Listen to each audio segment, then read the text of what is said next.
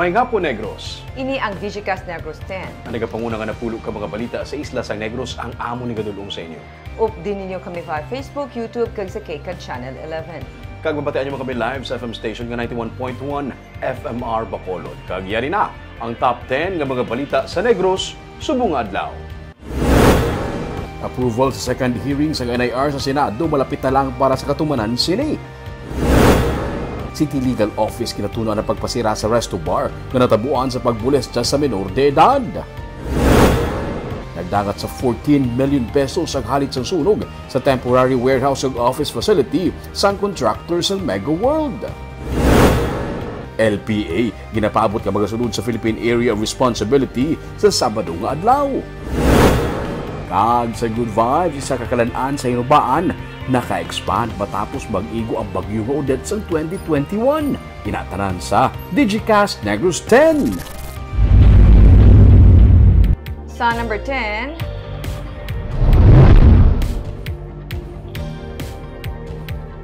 may LPA sa karon nga gina-monitor ang pag-asa sa may Pacific Ocean. As of 3 a.m., kaina yara sa 1,865 kilometers east sang southeastern Mindanao ang low pressure area. Sunod sa pag-asa, mahimo nga makasulod sa Philippine Area of Responsibility ang LPA sa Sabado kag makaapekto sa Visayas kag Mindanao. Ginapaabot nga ini ang magadalasang ulan pero sunod sa pag-asa, hindi pa ini mangin bagyo sa sulod sang duha ka adlaw. Kung basehan ng environmental condition, hindi mangin isa ka super typhoon ang LPA. Ang amihan na nag-aapekto sa karon sa Luzon kag ang easterlies o kung mainit nga hangin gikan sa Pacific Ocean ang nagadalaman sa mainit nga panahon sa Visayas kag Mindanao.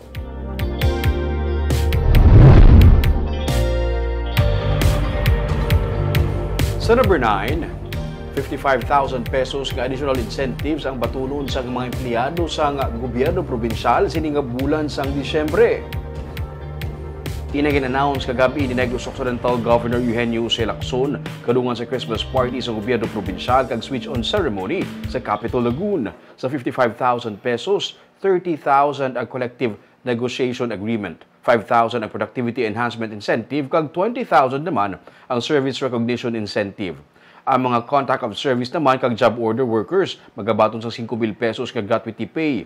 Sunod kay Provincial Administrator Fernando Diaz, ang CNA kag PEI ang i-release December 16. Ang SRI naman antes ang New Year. Sa badasod nga tuig, ginapaabot ang performance-based bonus kasunod sang pagbaton man sa probinsya sang Seal of Good Local Governance sining 2023. Kadungan sa pagtililipon kagabi ang pagsaulog sang ika-64 nga kaadlawan sang gobernador.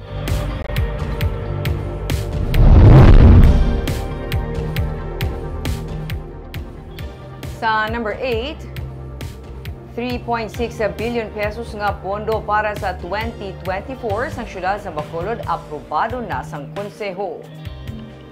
3.6 billion pesos ang annual budget sa Bacolod sa 2024 ang aprobado na. Sunod kay Councilor Jude Tadillo Saison, ang chairperson sa Committee on Appropriations and Finance, sarang na mahanda ang kada departamento kung sang kada departamento ang ilang mga procurement documents. Karon nga naaprobahan na sang konseho ang 3.6 billion pesos annual budget. May 17% nga saka ang annual budget ikumparar sa 3.25 billion pesos nga pondo sininga 2023. Inituga man sa mabasog nga tax revenue collection.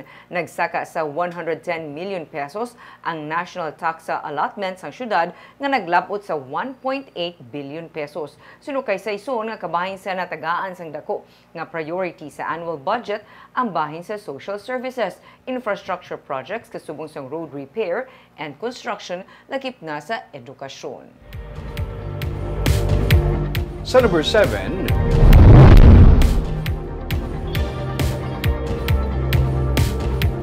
mga badyaw sa duha ka mga barangay sa Bacolod City ginamonitor sang anti-mendicancy team. Ka mga pamilya sang badyaw nga na-monitor anti-mendicancy team sang DSSD Bacolod sa barangay Pahanukoy. May mga badyaw man nga namutikan sang team nga masami nagatinir sa shopping area sa barangay Villamonte. Sunod sa kay DSSD OYC Alma Agustilo, masami nagadamo ang mga badyaw sa syudad kada tiun sang Paskwa. Sa mga dalanon sila mismo nagapangalimos. Gani, ginapabaskog na sang anti-mendicancy team ang monitoring para sa natalan ang pagsikop sa mga badyaw agud mapaiway ang ila pagtinir sa karsada. Kag kung kisa, may dala pa nga mga menor de edad nga mga kabataan. Sa youth home temporaryo nga ginapaistar ang mga masikop nga mga badyaw samtang ginaproseso ang ilang pagpauli sa Mindanao.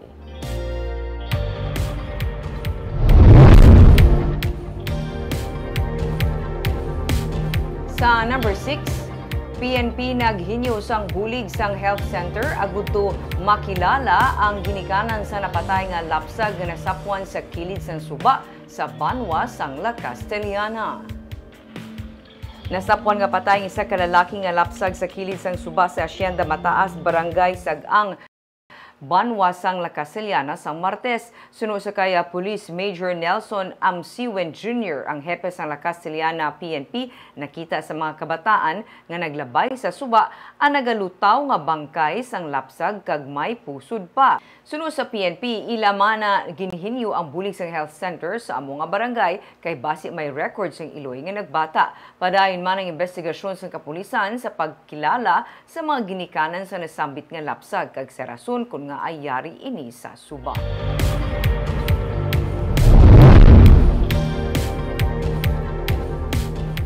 Sa number 5, 14 million pesos ang halit sang sunog sa temporary warehouse kag office facility sa contractor sa Mega World. Nagdangat sa 14 million pesos ang balor sa nasunog ng mga pagkabutang sa the Upper East sa Mega World sa Barangay 41 sa syudad sa Bacolod sang kahapon. Base sa report sa Fire Protection, Bacolod City, totally damaged ang isa ka storage facility kag temporary staff house nga ginapanag-iyahan sang Multi-Trade Corporation, ang contractor sa Mega World. Wala man sa may na-record nga pilason kag napatay sa natabo nga sunog. Sa karon, padayon pa ang pagpangusisa sa BFP sa ginhalinan sang sunog. Ginpahayag ni Harold Geronimo, ang Vice President sa Public Relations and Media Affairs sa Mega World, nga wala naman nadalahig sa sunog ang kaiping nga construction sites kag residential towers.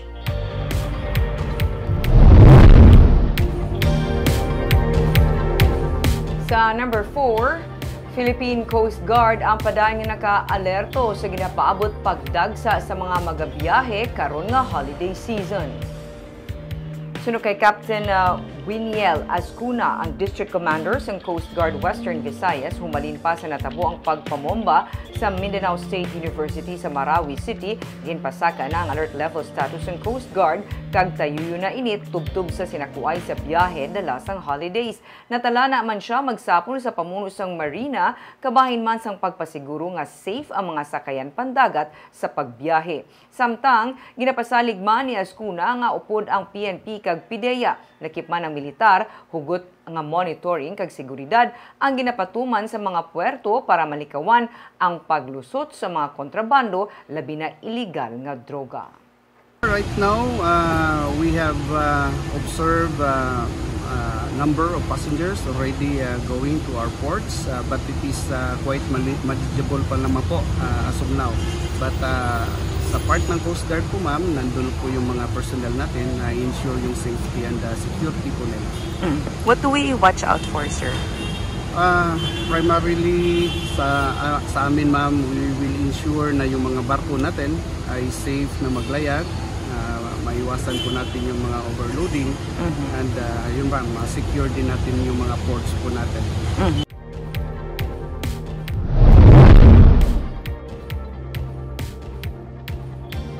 Sa number 3, 30 ka mga balay nga maagyan sang economic highway ang i-demolish sa bulan sang Enero. Sa 2024 tubtub 2025, ginalauman nga matapos na ang construction sa Bacolod Economic Highway nga nagakonekta sa Barangay Sumag pakadto sa Talisay City. Suno sa Assistant District Engineer Leia Hamero, may 75% tubtub 80% na ganahuman ang road kag bridge project. Isa sa mga makabig nagatugas ang delay sa construction sang highway ang malapit 30 ka mga illegal settler families kag structures nga wala pa makakas sa area sa Barangay Vista Alegre kag Bansilingan. Sunod sa kay City Legal Officer Attorney Romeo Carlos Ting Jr., may mga na-issue na nga demolition order batok sa mga ISF na tala nila nga ipatuman sa bulan sang Enero. Ginalauman sa pamunuan sa Bacolod Traffic Authority Office nga sa tiun nga matapos na Bacolod Economic Highway, sarang mapahagan-hagan na ang problema sa trapiko sa syudad sang Bacolod. Ang ara sang iyang DP, actually may ara na sila namon sang iyan ng court order na gidyan na for demolition. Siguro ma-implement na siya namon by January kay gano man si Mayor kung during hindi sa gusto na may demolition mo. Nadala na naman sa aton housing and everything, no? Kag na naman na sa aton nga legal service yan, legal division, nga ma-iron out na ang problema. So time na lang na ang pag-transfer na lang asing sang iban nga nabilin dira to clear the area para magdiretso-diretsong construction. Sa number 2,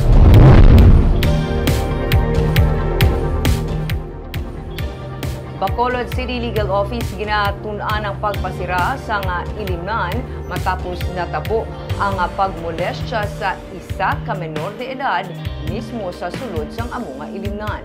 May report si Nico Delfin. Ginatun-an na sang City Legal Office ang pag-revoke sang business permit sang Acacia Grill matapos ang rekomendasyon sang Barangay 7 nga mapasiradaan ini tungod malapit sa mga eskwelahan ang ilimnan. Sa sulod man sang resto bar, natabong pagmolestya sang criminology student sa menor de edad nga babae nga ginkuhaan pa sang video kag in-upload sa social media. Na namon kung i-gather namon ang ginang ebidensya kag within na siya 200 meters sa eskwelahan kag ang abonin insidente pasabton man sila namon kung sila nga i-renew pang ila permits kay manug-renew na subong mga permits mo. Sang 2019, napasirada na ang resto bar nga dekada na nga nag-ooperate sa 17th Lacson Street. Inibangod man sang pagbaligya sa makahulubog nga ilimnon sa mga menor de edad. Duwa na complaint, foreclosure na gid sila na hindi na mag-issue business permit ng city. I-revoke. Regardless kung ginasiling nila strict term man nila implementation kag palusot mga minors. Actually kung magpalusot ang minors kay ang ordinansa taya ginapani siya ang establishment mo hindi ang minors. Kung nagpalusot ang minors, ilan lookout na dapat pangayuan nila ID, proof of identity na of age ni siya, hindi ni siya minor. Same goes sa iban pa nga mga establishment. Si Councilor Celia Flor, pamuno sang Women, Gender, Family and Child Care, nagpahayag nga dapat ma-review ang ordinansa na tuoy sa mga penalidad batok sa mga commercial establishment nga nagabaligya sang makahulubog nga ilimnon sa mga menor de edad. Ang DSSD upod sa katapos ang Business Permits and Licensing Office kag City Legal Enforcement Team natala na man nga magapatuman sang surveillance ug inspection sa tanan nga mga resto bar sa syudad. Nico Delfin para sa DigiCast Negros. Kaag sa numero 1 sa mga balita, subong adlaw.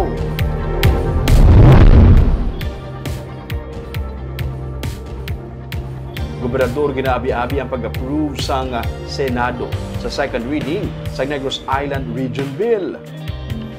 Sa mensahe ni Governor Eugenio C. Lacson sa media, iyagit siling nga ang approval sa second hearing sang hagna nagakasayuran nga mas nagalapit na o kun a step closer sa pagtukod sang NIR. Maayo naman ini nga balita sunod sa kay Association of Chief Executives, President Victoria's Mayor Javier Benitez.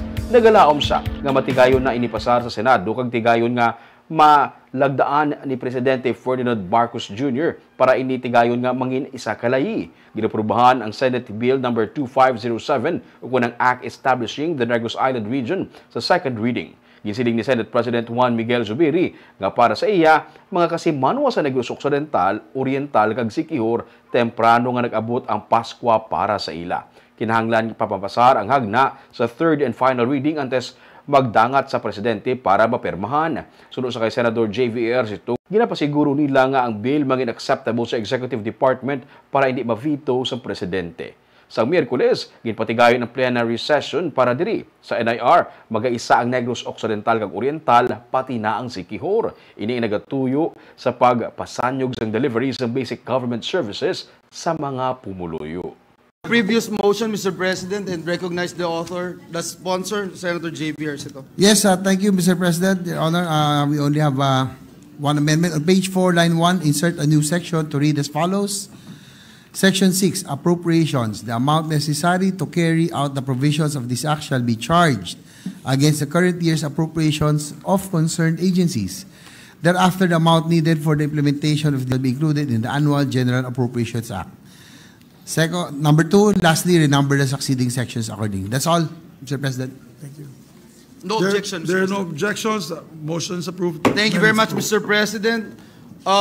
With no other individual amendments, I move to close the period of individual amendments. So move, Mr. President. There being no objection, the period of individual amendments is closed. Mr. President, with the consent of the body, I move that we approve on second reading Senate Bill number 2507. I so move, Mr. President.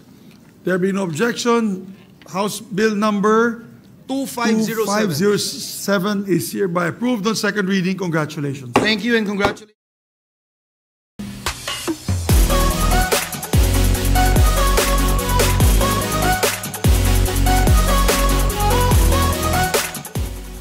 Sa Good Vibes, sa Sabado magasukat na sa duha ka tuig humalin sang nanghalit ang Bagyo Odette sa Pungsod, Pilipinas. Sa hinubaan, isa ka snack bar ang tigay nga naka-expand bangod sa mga kahoy nga nagkalautod tugang man sang bagyo. May report si Romeo Subaldo. Ang Southern Negros ang natamaan sa mag-igo ang bagyo nga Odette sang December 16, 2021. Ang banwa sang hinubaan ang isa sa mga natamaan sa dala nga halit sang bagyo.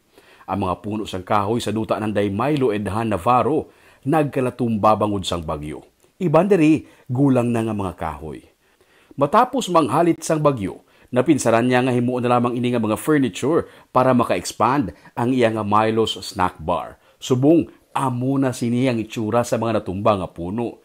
Nangin mga lamesa, mga pulungkuan, nangin bar, papag, kag madamo pa. Ang pang-remodel lang namon tanan. Tagpi-tagpi. Ara, puno gini niya. Ari siya ya.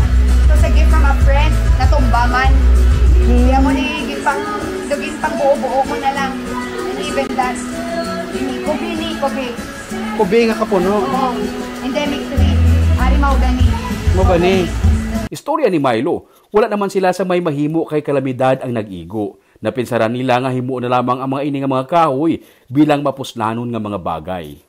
Amo halos na ng tanan ko. Ano kadamo mga kahoy na tumba? Damo. As in, mga pila ka puno? Siguro sa isa ka place may mga 20 siguro. Sabi ko ang bagyo sa imong Odette, hindi siya nangin wala labot nga naghalit gid siya ya. Nangin blessing mo siya at the same time nakabra ka. Yeah, amo na lang making use of the what you have existing na dito. Kag imbis nga basura na siya. Yes, imbis nga basura or imbis nga ulingon. So I was thinking of making it a pergola ini. Hindi talaga kahoy ni. Yes. Halin ni sa bagyo nga Odette. Yes. Ang mga nagkalatumba nga kahoy, ginisla nila pinaagi sa pagpananom sang mas madamo pagid nga mga.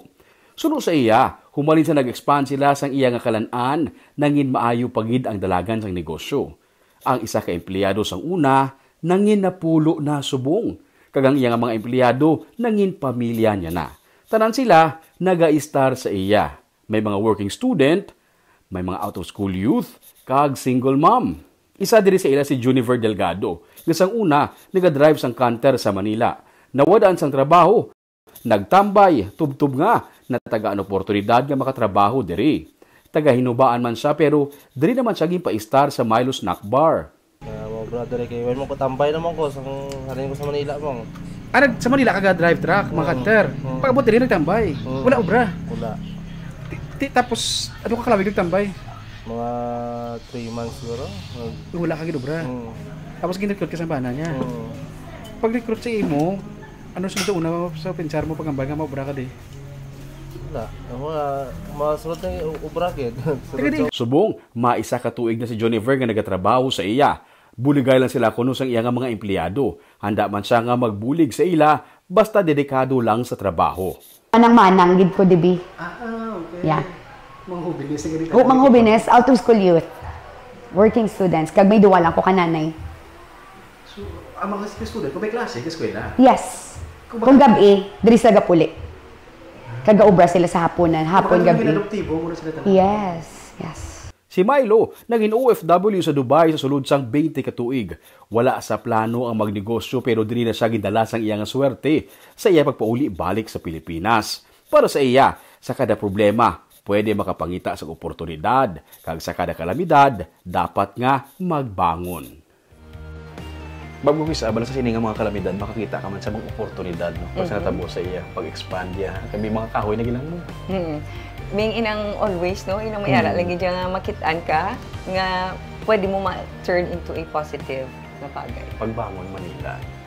Kaaga mo ito mga balita sa Negros Subong Adlaw. Kay man sa panahon karon importante may ihibalo ka sa nagakatabo sa imo nga palibot. Pero dapat balanse kay eksakto mga impormasyon. Parahan kami nga magapangalagad sa Negrosano. Nako si Barbara Mijares. Tubtub sa buwas, ako naman si Romeo Subaldo, mayong hapon.